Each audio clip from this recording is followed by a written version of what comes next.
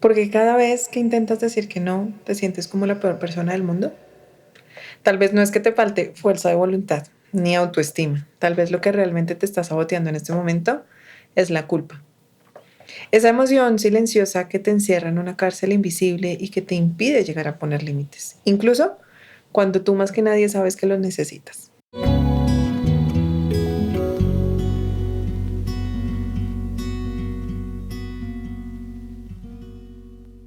Hoy este va a ser nuestro tema de conversación, el cómo podemos dejar de sentirnos culpables cada vez que intentemos protegernos. Vamos a hablar de 5 puntos para analizarlos detenidamente y quiero que prestes mucha atención sobre todo al cuarto y al quinto porque pueden llegar a ser los más retadores, pero con seguridad te van a empezar a dar una luz verde para que comiences a cuidar de ti. Así que comencemos hablando de esta sensación que muy seguramente te ha acompañado todos los días de tu vida y es la culpa. Y como yo siempre lo he pensado, pues para poder transformar algo que nos incomoda o que nos pesa, pues primero tenemos que entenderlo muy bien. Tenemos que empezar a ponerle nombre, a darle forma, a llevarlo en palabras que nos puedan ayudar a hablar un mismo idioma. Así que hoy, pues vamos a mirar a la culpa de frente, sin juicio, pero sí con mucha curiosidad. En este caso, vamos a empezar a hablar de la culpa y la vamos a entender como una emoción social que busca reparar o evitar un daño percibido. Y quiero que nos detengamos un poquito en esta parte que les estoy diciendo y es la culpa como una emoción social. Porque, ¿qué significa esto? Y es que te quiero contar que la culpa no vive sola dentro de ti, sino que es que realmente es algo que aparece en relación con las demás personas. Y nace normalmente, pues cuando sentimos que nuestras acciones pueden llegar a afectar a alguien cuando creemos que hemos fallado o hemos decepcionado a alguna persona, la hemos herido o incluso simplemente cuando hemos sentido que llegamos a incomodar a los demás. Y aquí te va una verdad que muy seguramente no sabes, y es que la culpa es en esencia un mecanismo que nos ayuda a convivir. Y es como una alarma interna que nos dice, oye, esto que dijiste, esto que hiciste o esto que pensaste, pues tal vez no está bien para la otra persona. Y realmente la culpa en su versión más sana tiene un propósito muy bonito, que es ayudarnos a reparar, a actuar con empatía y asumir realmente pues la responsabilidad cuando llegamos a hacer un daño real. Pero entonces, ¿cuándo viene el problema con la culpa? Y es que el problema empieza cuando esa alarma está activa el 100% del tiempo, incluso cuando no hay daño. Cuando de pronto la culpa aparece simplemente porque pusiste un límite, porque dijiste no puedo, no quiero o necesito espacio, en ese punto ya deja de ser útil y empieza a volverse en una carga para ti, como muy seguramente tú lo has venido experimentando. Y es que en verdad muchas veces no es que hayas hecho algo mal realmente, sino que dentro de ti sí crees que lo hiciste, porque muy seguramente aprendiste que priorizarte era ser egoísta, que decir que no era sinónimo del desamor, o que de pronto llegar a cuidar de ti, de tu bienestar, pues iba a alejar a las demás personas o ibas a dejar de amar a las demás personas. Entonces en ese punto ya la culpa deja de ayudarte a convivir y empieza a impedir que convivas contigo misma en sana paz y en tranquilidad. Entonces fíjate cómo este primer aspecto de entender la culpa como una construcción tanto social como individual nos empieza a abrir la puerta a una reflexión un poquito más profunda, que es porque si la culpa no nace de nosotras mismas de forma natural, sino que realmente ha sido algo aprendido, inculcado, reforzado desde muy temprana edad, pues muy seguramente podemos entrar a revisarla, a cuestionarla e incluso llegar a transformarla. Y si nos ponemos a pensar un poquito, muchas de nosotras comenzamos a experimentar culpa desde muy pequeñitas. Cuando de pronto nos dijeron que no lloráramos tanto, que no fuéramos egoístas, que no levantáramos la voz, que no pensáramos tanto en nosotras. Pero aquí la gran pregunta que vamos a hacernos es, ¿en qué momento la culpa dejó de ser una guía para convertirse en una jaula para nosotras? Cuando de pronto pasó de ser una señal de conciencia a convertirse en un tormento que nos impide tomar decisiones claras y cuidar de nosotras mismas. Por eso vamos a revisar estos 5 puntos que son clave y quiero que los mires tranquilamente en tu propia historia y que vayas haciendo la reflexión de manera individual. Son 5 ideas que quizás te han enseñado a vivir la culpa como una carga que te inmoviliza en vez de un sentimiento que te puede ayudar como una brújula para orientarte. El primer punto del que vamos a conversar es la infancia y lo que nos enseñaron de forma sutil o directa que significaba ser buena persona, ser una buena mujer. Quiero que te tomes un momentico de este espacio y pienses en este momento qué significaba ser una buena niña en tu casa, en tu colegio o en tu entorno. Trata de recordar de pronto cómo te hablaban los adultos cuando obedecías, cuando te quedabas callada, cuando no hacías problemas, porque en muchos casos ser buena se traducía en complacer, en ceder, en no hacer berrinches, en no enojarnos y obviamente pues eso era premiado por el adulto. Te daban afecto, aprobación, atención, pero en cambio, cuando tú te mostrabas un poquito diferente, cuando decías que no, cuando de pronto llorabas o te frustrabas, quizás pues te decían que estabas exagerando, que eras egoísta o que eras una malcriada desobediente. Y pues así sin darnos cuenta, muchas crecimos creyendo que ser amadas dependía de cuánto nos lográbamos adaptar a la otra persona, de cuán pequeñas nos podíamos llegar a ser para no incomodar. Y ahí es donde empieza a formarse la raíz verdadera de la culpa, porque empezamos a sentir que poner un límite o tener una necesidad, decir que no, era fallarle a otra persona. Muy seguramente una persona que para nosotros es importante. Aprendimos entonces que cuidar de la otra persona estaba por encima de cuidarnos a nosotras mismas, que decir lo que sentíamos podía traer un castigo, que si queríamos ser queridas, pues debíamos hacer lo correcto para los demás, aunque eso nos doliera un poquito por dentro. Y esta idea puede parecer un poquito inocente o incluso hasta amorosa, pero con los años esto se va transformando en una voz interna que te está diciendo todo el tiempo, si haces esto por ti, estás siendo mala. Si dices que no, vas a decepcionar a tal persona. Si pones un límite, van a dejar de quererte. Y esa vocecita, aunque viene del pasado, sigue muy viva en muchas de las decisiones que estás tomando hoy. Así que pregúntate en este instante, ¿qué aprendiste tú sobre lo que era ser buena persona, ser buena mujer? ¿Cuántas veces hoy te sigues comportando como aquella niña que solo quería que la quisieran? ¿Y qué pasaría si empezaras a cambiar este guión, a dejar de ser buena para empezar a ser un poquito más auténtica? Ahora bien, cuando ese guión de ser buena se va grabando tan profundamente en nuestra historia, pues empezamos a relacionarnos también desde un lugar de sacrificio constante. Y eso se va volviendo especialmente evidente en nuestras relaciones más cercanas, ya sea con la pareja, con la familia, con las personas que más amamos. Y ahí es donde tenemos un segundo punto del que quiero que conversemos hoy, que es la culpa asociada al amor y al afecto. Porque muchas veces no es que no sepamos poner límites, es que sentimos que ponerlos nos hace malas personas, que nos vuelve frías, egoístas o que somos unas insensibles, que de pronto si amamos de verdad deberíamos aguantar. O bueno, quizás nunca te lo dijeron con esas palabras tan textuales, pero ¿cuántas veces sentiste que poner un límite a alguien que amabas era una forma de traicionarlo? Aprendimos sobre todo las mujeres que el amor todo lo soporta, que quien ama se sacrifica, que si de verdad quieres a alguien, te aguantas, esperas y entiendes. Y si no lo haces, pues entonces es porque esta persona no te importaba lo suficiente. Y entonces allí aparece la culpa, no por haber hecho algo malo, sino simplemente por pensar en ti. Te culpas por no responder el mensaje de inmediato, por no tener energía para una conversación, de pronto por no ceder cuando te piden algo que no quieres dar, por decir hoy necesito estar sola, por no resolverle los problemas a todo el mundo. Te empiezas a culpabilizar por un montón de cosas y de situaciones que están muy alejadas realmente de lo que estás viviendo. Y lo más difícil de todo esto es que el afecto y la culpa se empiezan a mezclar. Entonces tú ya no sabes si estás cuidando porque quieres o porque te da miedo dejar de ser querida si no lo haces. Y cuando el amor y la culpa se enredan, dejamos de amar realmente con libertad.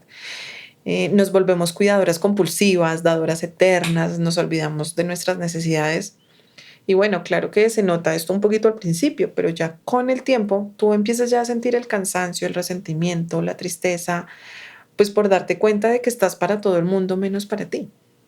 Así que aquí te viene la siguiente pregunta para que reflexiones. ¿Cuánto de lo que haces por amor lo haces realmente desde el deseo y cuánto lo haces por la culpa? Bueno, claro que cuando llevas muchos años relacionándote desde esa mezcla del amor y la culpa, pues hay algo que también empieza a afectarse sin que tú te des cuenta y es tu voz interna. Empiezas tú a dudar de ti, a desconfiar de tus decisiones, a necesitar mucho más aprobación para absolutamente casi todo. Y ahí llegamos a nuestro tercer punto, de cómo la culpa llega a impactar tu autoestima y tu capacidad de decidir por ti mismo. Porque a veces no necesitas que alguien te diga que estás haciendo algo mal, porque es que ya tú internamente tienes tu vocecita que lo dice sola y te cuestionas todo el tiempo, ¿estar exagerando? ¿Será que me estoy equivocando? ¿Será que lo lastimo si le digo esta cosa? ¿Se alejarán de mí si expreso lo que siento? Y la culpa se vuelve como una especie de lupa que agranda cualquier situación o cualquier duda, cualquier decisión que tú quieras tomar desde ti. Y así, aunque tú sepas que lo necesites, aunque sientes que dentro de ti eso no está bien, pues terminas cediendo porque no te sientes segura. Y no es que no tengas claridad, porque es que evidentemente la tienes, solo que has aprendido a no confiar en ella. Y has aprendido a poner en duda tus propios límites, a ver tus necesidades como algo egoísta y a sentir que si eliges por ti, estás fallándole a las demás personas. Y la culpa entonces te empieza a desconectar de ti misma. Apaga tu intuición. Empieza a opacar tu criterio, te hace creer que ser una mujer segura de sí misma es sinónimo de ser dura, de ser fría, de ser insensible. Pero quiero decirte algo hoy del corazón, y es que la verdadera autoestima no la vas a construir repitiéndote frases bonitas frente al espejo, sino que la verdadera autoestima se construye cuando tú te atreves a honrar lo que sientes, aunque incomode. Se construye cada vez que tú eliges proteger tu bienestar emocional, incluso si eso significa llegar a decepcionar las expectativas ajenas. Así que te quiero preguntar en este momento, ¿cuántas decisiones de tu vida has tomado desde la culpa y no desde la libertad? Y volvemos un poco al mismo tema. ¿Qué pasaría si tú empezaras poquito a poco a elegirte sin sentirte culpable por eso? ¿Qué cambiaría? Cuando la culpa se ha convertido en una forma habitual de estar en el mundo, algo muy sutil pero poderoso empieza a pasar, y es que dejamos de escucharnos. Nos enfocamos tanto en las demás personas, en que las demás personas nos necesitan, en lo que piensan o en lo que esperan, que nos empezamos a desconectar de nosotras mismas y esto se vuelve casi que automático. Y aquí viene entonces el cuarto punto, y es la relación que existe entre la culpa y la desconexión con tus propias necesidades.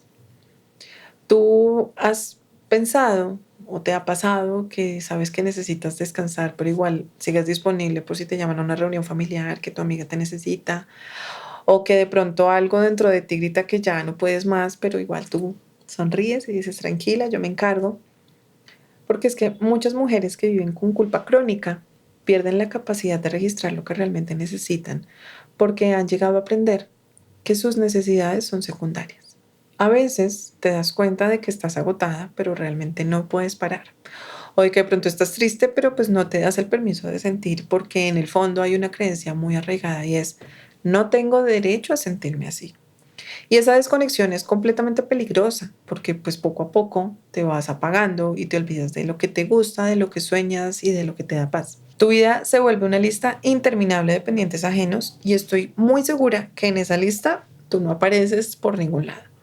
Pero entonces quiero que escuches esto con mucha apertura y es que tú también tienes derecho a estar cansada, a decir que no, a necesitar cuidado y sobre todo a elegirte. Porque es que reconectar contigo no es egoísmo, es literalmente un tema de sobrevivencia emocional. Así que quizás hoy puedas empezar a preguntarte, bueno, ¿yo qué necesito que no me estoy dando? ¿Qué parte de mí de pronto estoy dejando fuera por miedo a incomodar a las demás personas? ¿Cómo puedo empezar a cuidarme sin sentir culpa por hacerlo?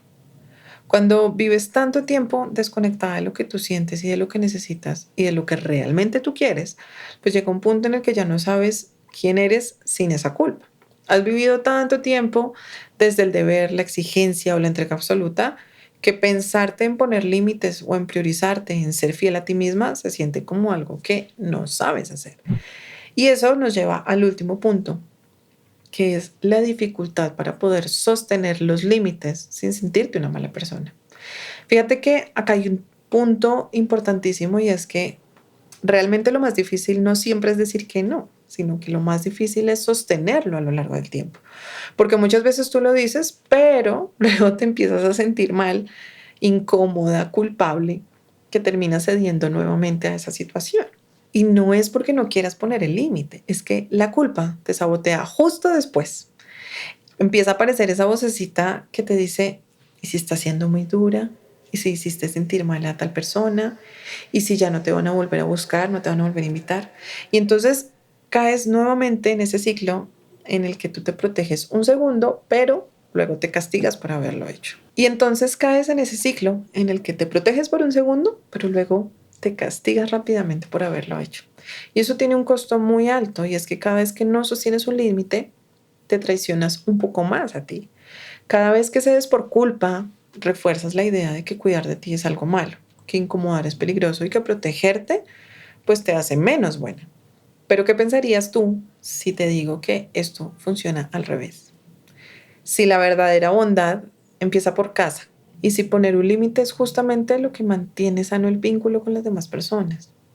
Y si cuidarte también es una forma de cuidar al otro, porque es que no estás dando desde el resentimiento, sino realmente desde la libertad. Mira que sostener tus límites no te hace una mala mujer, una mala persona. Lo que te hace es una mujer honesta y transparente. Y la honestidad, aunque duela, siempre va a ser mucho más amorosa que la culpa disfrazada de entrega. Así que la próxima vez que tú sientas esa incomodidad después de protegerte, recuerda esto. No es que estés siendo egoísta, es que estás sanando. Tal vez llevas tanto tiempo siendo tan fuerte que ya no recuerdas cómo se siente estar en paz. Tal vez de pronto te acostumbraste a tragarte las palabras, a postergar tus necesidades, a ponerle una sonrisa al cansancio, al dolor, al enojo, porque aprendiste que así se quiere bien. Pero hoy yo te quiero hablar a esa partecita tuya que está cansada de sostenerlo todo, a esa parte que ya no quiere seguir diciendo sí cuando por dentro está gritando que no, a esa partecita que sabe que merece algo diferente pero no sabe por dónde empezar. Porque es que mira que no se trata solamente de aprender a decir no, sino que se trata de sanar desde el fondo de la herida que te hace sentir mala cuando te eliges. Y por eso creé un entrenamiento hermosísimo, se llama Límites que Sanen. Es un espacio íntimo, seguro, súper transformador, donde no solamente vas a aprender a poner límites, sino que vas a sanar mientras lo haces. Vas a tener una ruta súper clara, un paso a paso para dejar de cargar con esa culpa, para reconectar contigo y comenzar a construir relaciones más honestas, más libres y más amorosas. Así que si este episodio resonó contigo y si sientes que ya no puedes seguir postergando tu cuidado, es hora de hacer algo diferente. No estás sola, no estás rota, no estás exagerando, estás empezando a despertar y mereces un acompañamiento para poder hacerlo. Si esto resuena contigo, en la descripción de este episodio vas a encontrar un link con toda la información. Recuerda también que puedes seguirnos en nuestras redes sociales y en Spotify como @AmorBonitoApp, y suscríbete también a nuestro canal de YouTube de Amor Bonito para que no te pierdas ni un solo episodio. No olvides, mujer, por favor, que mereces un amor bonito y que este siempre debe empezar desde ti. Recuerda que te hablo Vale y nos vemos en el siguiente episodio. Este podcast ha sido grabado, producido y mezclado por The Useless Records.